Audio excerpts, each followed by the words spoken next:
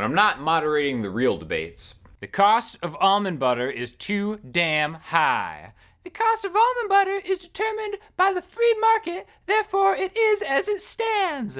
The creamy goodness of almond butter should not be enjoyed only by the top 1%. Socialist pig! I like to answer questions that I get on YouTube, so let's get to it. Those complaining about no mention of B diminished haven't been informed has been replaced by D minor 6. Some think of it as an upgrade. The key of C humbly apologizes for this oversight. Excellent point. This was made in my video the other day where I apologize for not lumping B diminished in with one of the main chords in the key of C. And this is an excellent point because D minor 6 is superior to B minor 7 flat 5 or B diminished in most ways. And I want to talk a little bit more about this, right? So really, here's the B minor 7 flat 5 half diminished chord that you'll find in the key of C, okay? Basically, if you want to make a B diminished B minor 7 flat 5 chord, it's just a B, a D, an F, and an A, okay? Now, what about a D minor 6 chord? Or you can do like another voicing, like that. It sounds kind of similar, but not totally the same. Definitely has a totally different vibe. That is a D, an F, an A, and a B. So on one hand, we have a B, a D, an F, and an A. The other hand, we have a D, F, and they're the same notes, okay? A D minor 6 and a B minor 7 flat 5 and this are the exact same thing. So really quick, let's learn them and let's talk about them. Minor 7 flat 5s are super easy to play and locate. They're always the 7th note in any key, so if we're in the key of C, 3rd fret being an A, you just go a half step back with your pointer finger and then go 2, 3, 2, 3, and the middle 4 strings. Okay, this is just one voicing. I would say this is probably the most common voicing that I see. That always wants you to go home. It begs you to go home, right? Just like that. Job's not done until you finish it, right? Now, D minor 6, the voicing that I feel like I use most of the time is this one where you root on the low E string, 10th fret, this is my D. The 6 right here, the 9th fret of the D string, and then 10, G, and B. Now the interesting thing about this, they're the same notes, but they're kind of rearranged a little bit. We have the D as the lowest note, we have the 6 as the next lowest note, then we've got, what is this, an F, so we have the minor 3rd is like the next one, and the highest one is actually going to be the A, it's 5th, okay?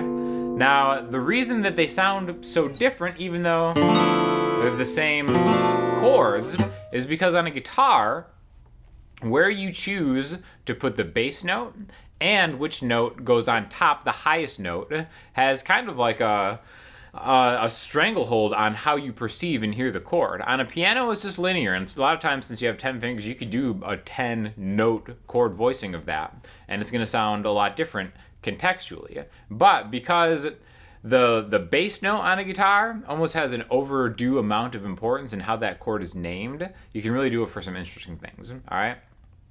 So let's take one example. Something that I like to do is I actually like to end songs in any minor key with a minor 6 chord. Technically, the minor 6 chord is only found on the 2nd degree where it lines up to just keep all the notes in the same key, right?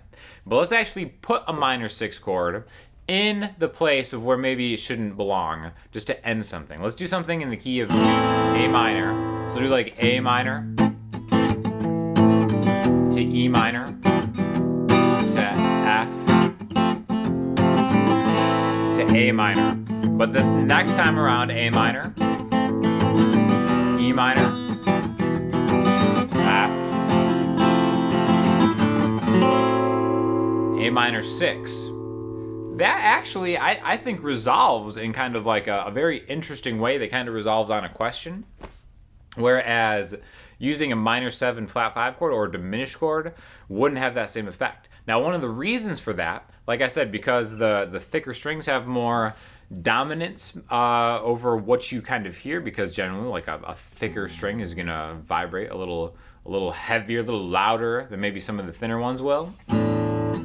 When we look at this chord voicing, the B minor 7 one, the thing that makes it nasty is that flat 5, right? That's what's diminished about it. The the 2nd fret on the A string and the 3rd fret of the D string, which is the distance between a B and an F. Basically, that's also known as a tritone. 3 tones, 3 full steps away from each other. So that tritone is the nasty thing that we find unpleasant about it, which is why you don't see this chord in like a lot of pop arrangements. Again, there's a million great uses of it. But when we have it as a minor 6 chord, especially this voicing right here, our tritone is a little higher up. And because we have the bass note kind of do some heavy lifting, we have its 5th on top. There's more of like a stability there because we have a root note and it's 5th in there when we kind of rearrange it with that D first. And I just think it is a little more practical and useful as far as like, you know, maybe chords that you might want to reach for if you're trying to do something interesting and kind of like, you know, just have it sound a certain way. Again, no shade on the B minor 7 flat 5 or half diminished chords or whatever. But I definitely think that the minor 6 chord is an underutilized chord, and a lot of people don't even realize that it is just a minor 7 flat 5 chord inversion where we've got that kind of bass heavy thing. And again, I think you can use it in anything. Like in the key of C, all the minor chords are A minor, D minor, and E minor. You can actually just jam 3 minor 6 chords together. Right here's A minor, D minor, E minor. I think there's one song me and Kindred would do that would just use those, like A minor.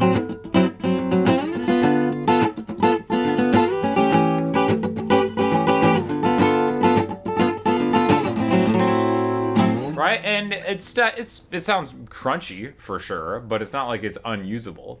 So again, get that minor 6 chord in your chord repertoire. You'd be happy that you did.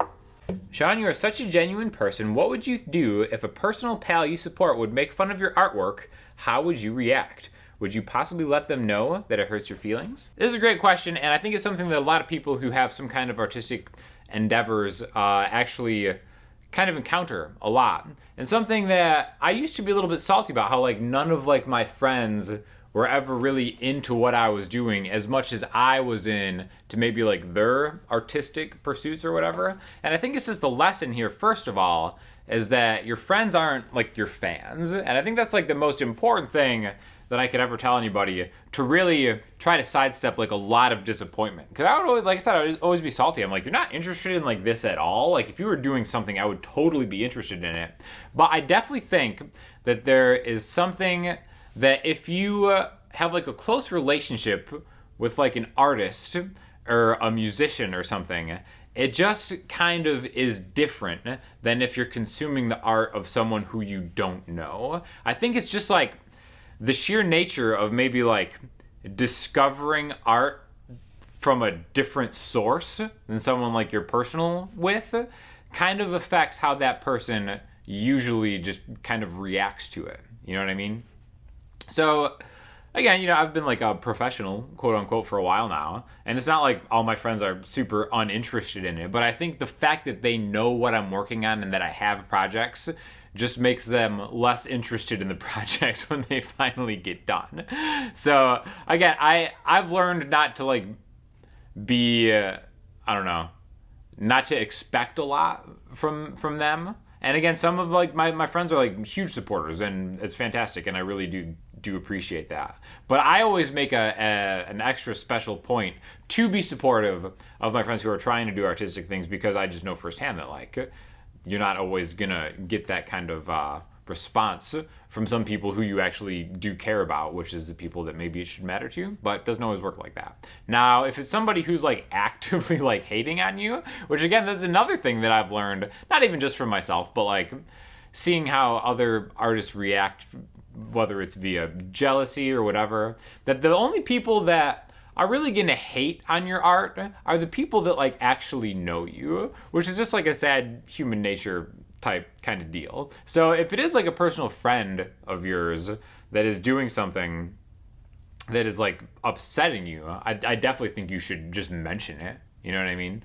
I think a lot of times it's hard for people to kind of like bring up their feelings and stuff, but just mention it. I'm sure if they're actually a good friend of yours, they won't mind. You know what I mean? They probably just had no idea. Maybe they were just kind of ribbing on you like Buddy would. And I know that I myself have been guilty on maybe taking things a little more sensitively if it's like something that I'm vulnerable with, which a lot of people have problems with. So again, communication is always the key component in saving friendships.